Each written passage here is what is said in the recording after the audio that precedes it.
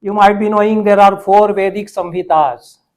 When we talk of Indian knowledge systems, I, of course, do not like to use this term knowledge system, because in Hindi and Sanskrit we say Gyan Parampara and Gyan Mimansa, and system and Mimansa and Parampara are somewhat different. So in our languages we are calling them Bharati Gyan Mimansa. In English we use Indian knowledge system. So I've been questioning, why not say knowledge traditions? System is something a bit different, but that is another thing. So I will be referring to Vedic Samhitas, which form the fountainhead of all Indian knowledge traditions, Bharatiya Gyan Paramparas, and Rig Veda, Yajurveda, Samveda, and Atharveda. These are the 4 Vedic Samhitas. And to corroborate the study of 4 Vedic Samhitas, 6 disciplines were developed. Shiksha, Kalpa, Nirukta, Jyotish, Chandas, and Vyakaran. And after that, Itihas, Purana, Nyaya, Mimamsa, these 4 other disciplines came out. That makes 14 Chaturdash Vidyas, which the earlier speaker, Shri Kumarji, has referred. And there is a whole corpus of literature which is very much relevant for today's topic. Whether you discuss the philosophical text, the text of Shat Darshanas, because they talk of the Panch Mahabhutas, the cosmology, Srishti Vidya, and the Panch Mahabhutas are involved in this whole process, and they are related to the philosophy, our view of life, and water is the first, almost first after Akash there.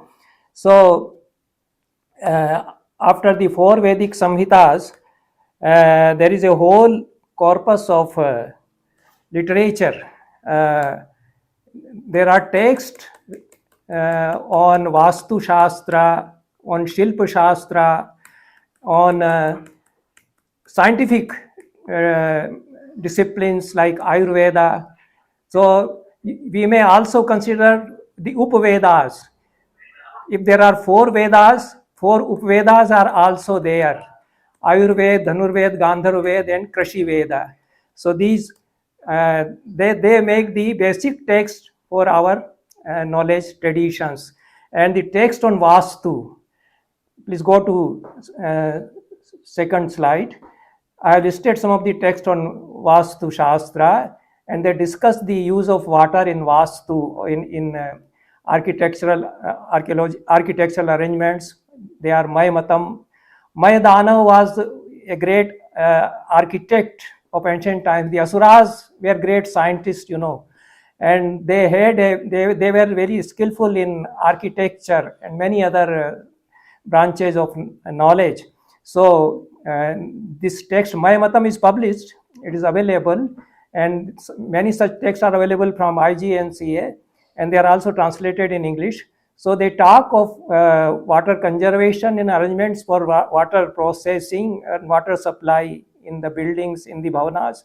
Other texts are, of course, there. Mansar. You have not changed the slide. I'm through the second slide. Yes. So whenever you require the change of slide, please say next. Yeah, I mentioned. Yeah. Yes. So Mansar, Vishwakarma Prakash, Vastu Ratnavali, Raj Vallabh, Vastu Sokhyam is by Todarananda. It's a later text. And Kashyap Samhita, one of the very encyclopedic texts on various branches of knowledge, especially scientific knowledge. And then there are law books, which we call Smriti Granthas, and Dharmashastra texts, you may say, like Manusmriti, Yagyavalkya Smriti, Narada Smriti, Vishnu Smriti. Normally, when Smriti texts are discussed, Manusmriti is only taken into account, but there are about 100 Smriti texts, and they offer a variety of systems of governance, and they talk of many things which are very relevant for day-to-day life as well. So these texts are also source for knowing what our ancients used to think about water and arrangements for supply and conservation of water. A very important text is Arthashastra of Kautilya. Then Shukraniti is also a very important text in this area. And Ayurveda also, there are texts like Jal Chikitsa in Ayurveda. There is a manuscript entitled Jal Chikitsa in one of the manuscript libraries. I have consulted it, but it is not published. So, and in the text on Ayurveda, use of water for treatment and the elements of water, they are the constitution of water, these topics are discussed. So in several branches of knowledge in Sanskrit literature, our ideas about water and philosophy of water, they are discussed. Then going to the next, Shiv Kumarji, my previous speaker, in his very erudite lecture has covered some of the points, and that has made things a bit easy for me. And when he was referring to the methods of water conservation in our ancient societies, I was remembering of Anupam Mishra, an excellent author in this area. His books, of course, they are in Hindi, but he is one of the most celebrated authors. And Abhi Bhi Khare Hain Talab, he has made very first-hand surveys of the water conservation methods in villages and rural areas, and the need to conserve water the way he has discussed. And of course, he was referring to Rajendra Kumar Dani. He has worked in Rajasthan. And he has also referred to the synonyms of water, because the synonyms of water, no, I have not come to this slide, but okay, keep it. The synonyms of water, so many synonyms of water, they also reflect ideas on water and our philosophical perceptions or concepts related to water.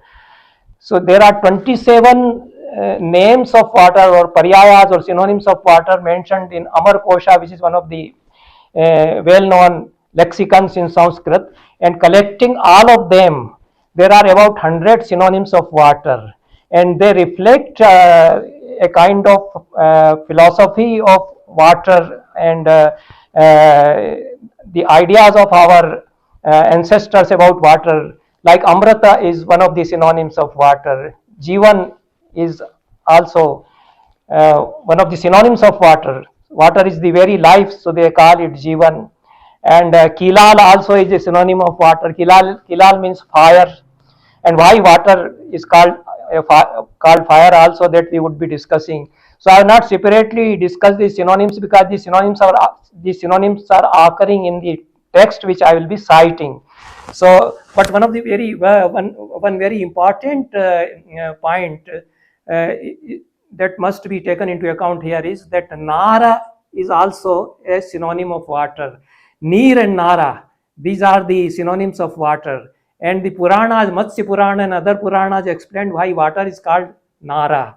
They say Apo Nara iti Proktaha. Water is called Nara because it is related to Narayana. And Narayana is Vishnu. Vishnu is lying in the waters, in Kshira Sagar, he sleeps. So it is the bed of Vishnu. It is the bed of Param Tattva, Param Purusha. So water is enshrined by the Param Purusha or Vishnu. That is the idea there. And that is why it is called Nara, the shrine of Vishnu. The shrine of Narayana, you can say, or the bed of Narayana. Shesha Shayya, Shesha is there. Shesha is a different metaphor. I won't be taking it here, but the water is called Narayana because water is called Nara because Narayana sleeps there. Then we are quite often chanting the Apas Sukta. Several mantras of Apas Sukta are implied in the rituals. Unfortunately, their meanings are not explained. The persons who are performing the rituals, puja, they are performing in our houses, many of the mantras they are chanting. If they know the meanings and if they explain the meanings, maybe that will help people to understand the philosophy of water and the need to store water, which is a burning problem nowadays. So one thing which I would like to point out here is, going to the third slide. Apas is the synonym of jala or water. And I think I am, yes, apas is the synonym of water, and apas is feminine. In Sanskrit, we have gender system. In many languages, the gender system differs. There are two genders, masculine and feminine. Sanskrit has three genders, and there is subtle distinctions when we use a word in neutral gender. When we use the same word in feminine gender, when the same thing is the word for the same idea or same padartha, same thing is used is in masculine. So the perception and connotation and idea changes. So apas is feminine. It is always feminine in Sanskrit grammar, and it is necessarily to be used in plural. The word apas is not used in singular. There are three vachanas, ekvachan, dvivachan, and bahuvachan. So there are some synonyms of water which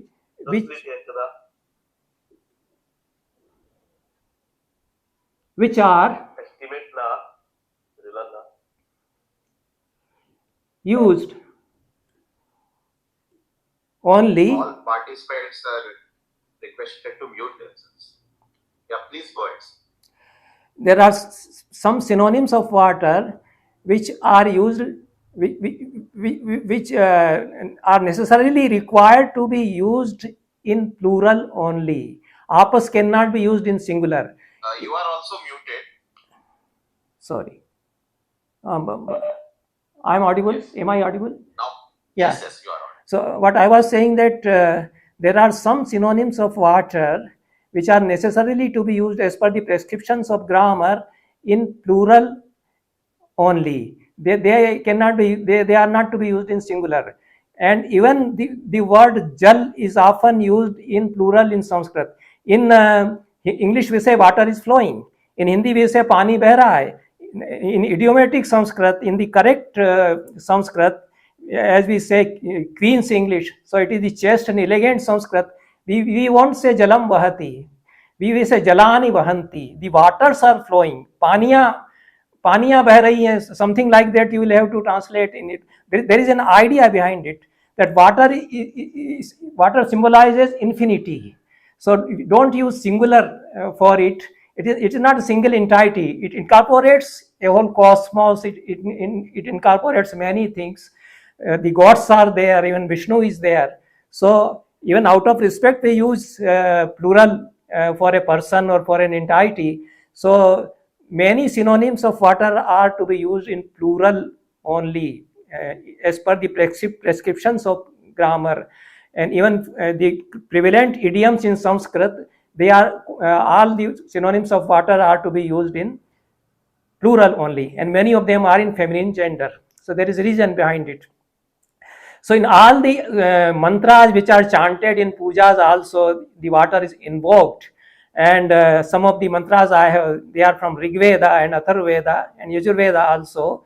And the way water is invoked, apo hishta mayo bhuvastana urje dadhatana, that water infuse energy, urja in it, and they are for auspiciousness. Mayo bhuva is that causes auspiciousness, shubh करने वाला, मंगल करने वाला. So water is for inculcating mangal bhava, and it is also for inculcating energy within us. Yova shivatamo rasastasya bhajayate na. Whatever that is shivatam within you, most auspicious. Shiva is Shiva symbolizes auspiciousness, purity, pavan. So whatever that is pavanatam and shivatam within you, you inculcate in us. That is the invocation to water. And this is a very famous mantra in the 5th or 6th line here. Shamno Devi Rabishtahe Apo Bhavantu. It is quite often chanted in rituals, and all the purohitas or the priest, they know it, but they are not explaining the meaning it. That is the idea behind it. So it is in the Atharva Veda and Rig Veda both. So Apas is a goddess, Devi, and Sham is peace. So let the goddess Apas waters inculcate sham or peace within us, and shamyo ravi sravantuna, let them flow for peace, and let the waters always flow, and let them become like medicines for us. These are the last lines. Ishana aryanam kshayantish charshaninam apoya chami bheshajam. Bheshaj is medicine. So let the flowing water, charshani flowing, they become medicine for us. And next, fourth slide. Uh, Water is supposed to be a source for spirituality, source for mental health, and physical health, of course, it is obvious. So these mantras say that water has soma in it. There is a concept of soma or somarasa. Soma is also a god, and soma is also worshipped. And soma is a valli or a kind of creeper, and it is astute to extract juice from it, and that is also drunk in the rituals. But Som is also a god, and because Som has juice in it, and juice is a form of apas or water, so Soma and Jala, they become synonymous that way. They are treated at par because Soma is there in the water. Philosophically also, the god Soma lives there in the water because it is juicy, and water is also fluid. So uh, Soma, the god himself, says that I reside in water. This is the line, the first line. Apsume Somo Abravit. Soma says, Antar Vishwani Bheshaja, I live inside the water and I cause the medicinal qualities of water. And I am fire also. I am joined with fire also. The whole world is created by Som and Agni. This is the philosophy. Agni Shomatmakam Jagat. These are the lines from Veda. So the world is formed by Agni and Soma. Agni is fire, and Soma is, you can say, water or calmness, quietude. So fire and quietude, you can say. Soma is represented by peace and calm nature, and fire is energy. So the world is formed by meeting of these two elements, Agni and Soma. But they say that water has both. Water has Agni and water has Soma also, and therefore one of the synonyms for water is equivalent to Agni also. Kilal means Agni, and Kilal is a synonym of water also. So scientifically also, as we know, H2 plus O2 is equal to twice H2O. So two atoms of hydrogen, two atoms of oxygen, they make water. So these two elements, and one of them may be representing fire, one of them representing Soma, they form water. And in this way, water has both the qualities. It has the quality of energy because it is energizing, it infuses energy within us, and it inculcates peace, calmness as well. And it is a medicine also. Apa pranita bheshajam, it is the fourth line here. So apas or waters are best of the medicine, and we offer our namaskaras to water, which is like goddess to us. And then in the next mantra, they say that whatever sin is within me, let the water remove that sin. Any sinful idea, let the water remove from within me. Idamapa pravata yat kincha duritam mai. Duritam is sin or pap. So whatever sin or pap is within me, the flowing waters, let them remove it from me. And yad vaham avidudroha yadva shesha utanratam. Whatever anrata or falsehood is within me. The concept of rit, the previous speaker was talking about it, and the viloma of rit is anrita. Anrita represents the opposite of rita. So whatever that opposes the cosmic order is anrita. So whatever that comes in contradiction to the cosmic order is anrita. Let water remove any sense or any attachment to anrita which may be within me. This is the invocation to water. So water is not simply like a jad padartha, like something insentient. So what, because of the colonial look, the colonial rule, our perceptions have changed, and we do not view water as a living body, as an incarnation of divine, as an incarnation of godlyhood. We view water as simply as something to be used. As a consumer, we use water. This is in our daily practice. We don't think. This was the living experience of the ancestors, that it is a goddess flowing within us. And in that way, they were used to treat water with that idea of sanctity. And when they use water, they always say that when we are bathing or using this water, it will also wash out our sinful ideas, because it represents the godly, whatever godly and pure and pious is there. Then this is a very famous mantra which is often chanted in the invocation, in the pujas also. Shamno Devi Ravishtaye, Apo Bhavantu Pitaye. Let these waters be for our auspiciousness, let them cause happiness and mangala everywhere. Coming in the 5th slide, I have written the full mantra. It is in Rig Veda and Atharveda also. What has happened that the traditions have been changing. Sometimes they have gone to the other courses. So this Shamno Devi Rabishtaye Apo Bhavantu Pite, such a beautiful mantra.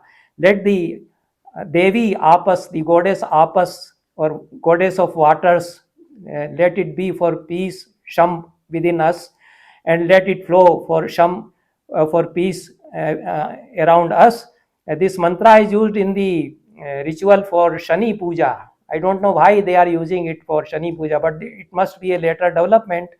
I will have to make some further research on it. The Vedas, Vedic Samhitas do not prescribe the Viniyogas, the applications. The applications come at a very later subsequent stage when the mantras are chanted in some puja, in some yajna. So, and then their original connotations, their original meanings are forgotten. They are simply repeated mechanically in any puja. So that has led to several misconceptions and our change of our lifestyles. The philosophy we are forgetting. So the philosophy of water, because of which our sages prescribed these mantras to be chanted in the ritual, that philosophy is left behind and we are simply mechanically chanting these mantras. So it is the intellectuals, the panditas, and even those learned priests, if they are learned and they know the meanings, they should tell the people, the masses, about the original sense behind these mantras. Otherwise, there is no point in mechanically chanting these mantras. These mantras are chanted. If you now there are so much commotion and noise when the marriages are being performed. You do not listen to what the priest, if at all, he is chanting the Vedic mantras. You don't pay any attention to them. But many of the mantras related to water, they are chanting in the pujas and the rituals. If they tell the meanings to the people, maybe our behavioral patterns change and we use water with a more sensible way. So that is the point I was trying to make. And the next slide, water is a manifestation of divine and godly. And there are several other mantras which say that it is the manifestation of divine. It is Shivatam and it is Madhumat. It is full of Madhu. It is honeyed and it is Devi. It is divinity. It is goddess. There are several mantras. Aitreya was a great thinker, and there is a Vedic text authored by him, Aitreya Brahmana. It is a text connected to Rig Veda. 4 Vedic Samhitas have Brahmana text connected to them. When they talk about so-called Indian knowledge systems, they do not discuss the Brahmana text. And since the appellation Brahmana is attached to them, there may be a misunderstanding that the Brahmana caste is related to them. It has nothing to do with the Brahmana caste as such. Brahma means Jnana, and Brahmana is a Brahma Jnani, a philosopher, a knowledgeable person. And the Vedic sages who authored some Vedic text in prose, they were called Brahmanas. Aitreya was a great philosopher and great seer. He has authored a voluminous text, Vedic text, which must have been written about more than 1000 prior to 1000 BC. And in Aitreya Brahmana, he says, Ima Rashtrasya Vardhani Rima Rashtra Bhrato Mrataha.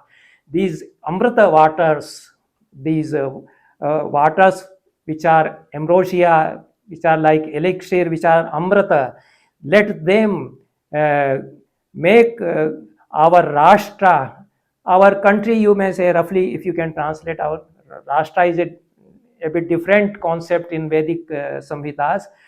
And now we use the word Rashtra for nation. So let the waters which are like Amrita flow for the growth of the whole community, for whole nation. This is what Aitreya Mahidasa says.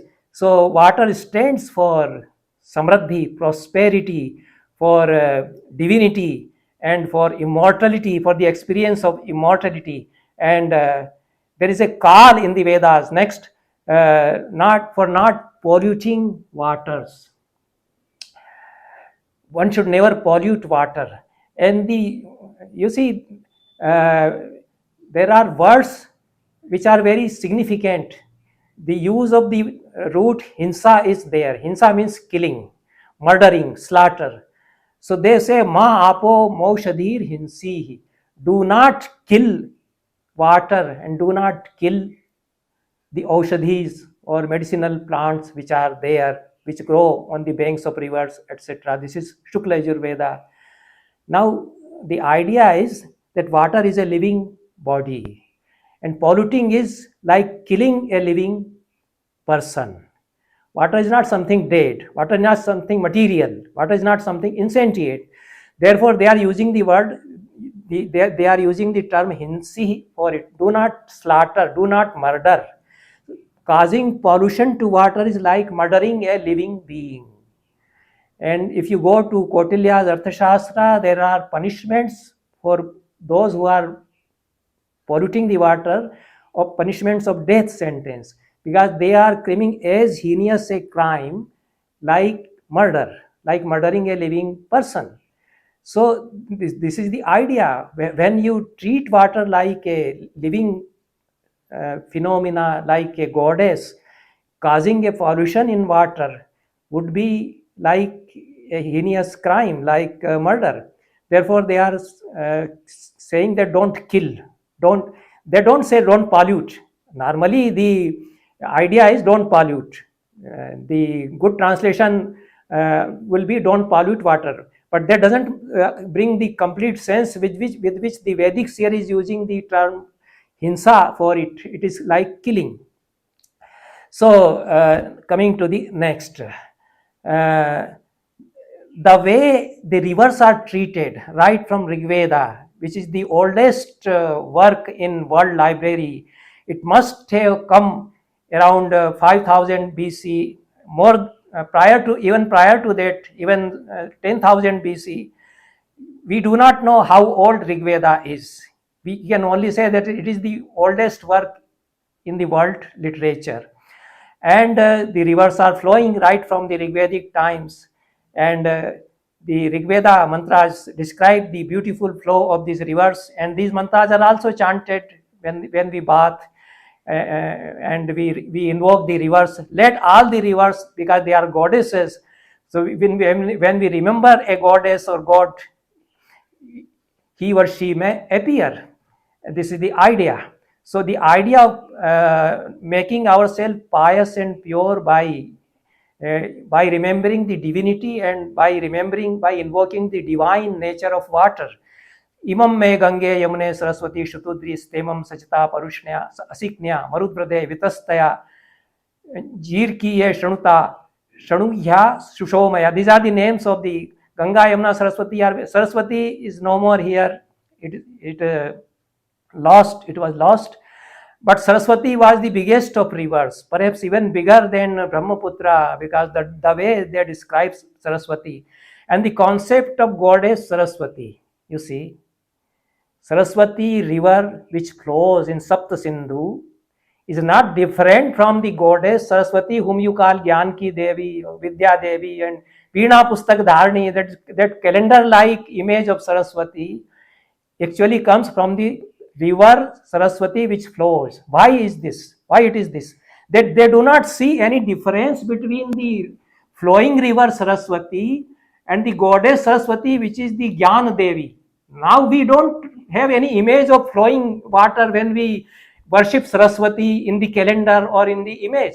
The Vedic seer didn't see any difference. It was the same thing to them. Why it was so?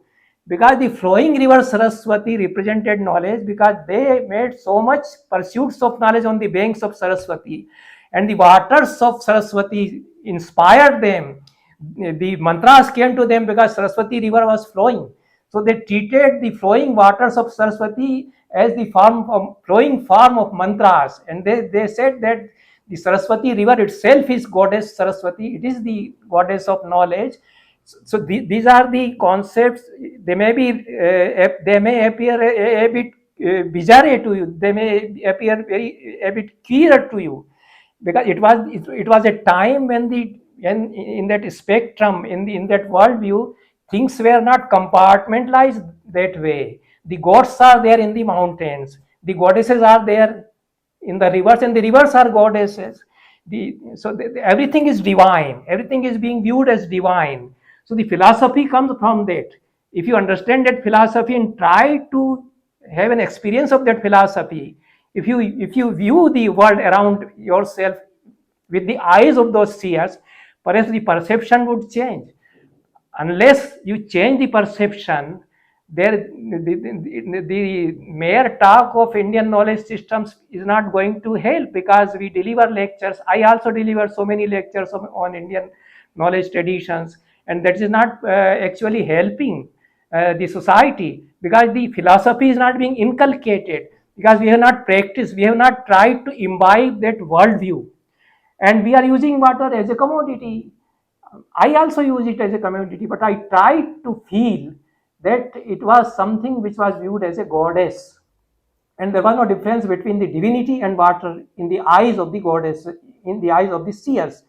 So I talk about this because perhaps by talking and discussing, maybe we start feeling, we start having a feel of the philosophy which was there in the blood and the veins of our seers. And because that philosophy has percolated in the tribes, in the tribal societies, that the tradition has given them that philosophy. So they see the mountains as gods, they see the rivers as goddesses, and they don't see any difference between the material, the insentient phenomena, and the living godly experience. So these are the names. Vitasta is Jhelam, Parushni is Ravi, Shutudri is Satlaj. All the names, some of these rivers are still continuing. Many rivers have disappeared, Kubha is the name of Kubha is there in the 6th line. Gomati, of course, Gomati is not that Gomati which flows in UP and Lucknow. It's a different Gomati, and I don't know whether you can discover that Gomati now. Many rivers have disappeared. That is a very pitiable, pathetic state. And I know, I haven't seen the rivers which I saw in my childhood days. They have almost disappeared, or they are no more there. So how to bring back the world that has been snatched away from us? That also we must think and we must act. Anupam Kumarji was working on those lines. Rajen Dani is working on those lines, and the text which I am citing, they are connected to this idea which is there in the practice of the tribal societies, and about which Anupam Kumar and Rajen Dani are talking. So the relevance of my talking about this Vedic text lies in that how far we can put those ideas which are still in practice in the traditional societies, and which we can still bring back. So coming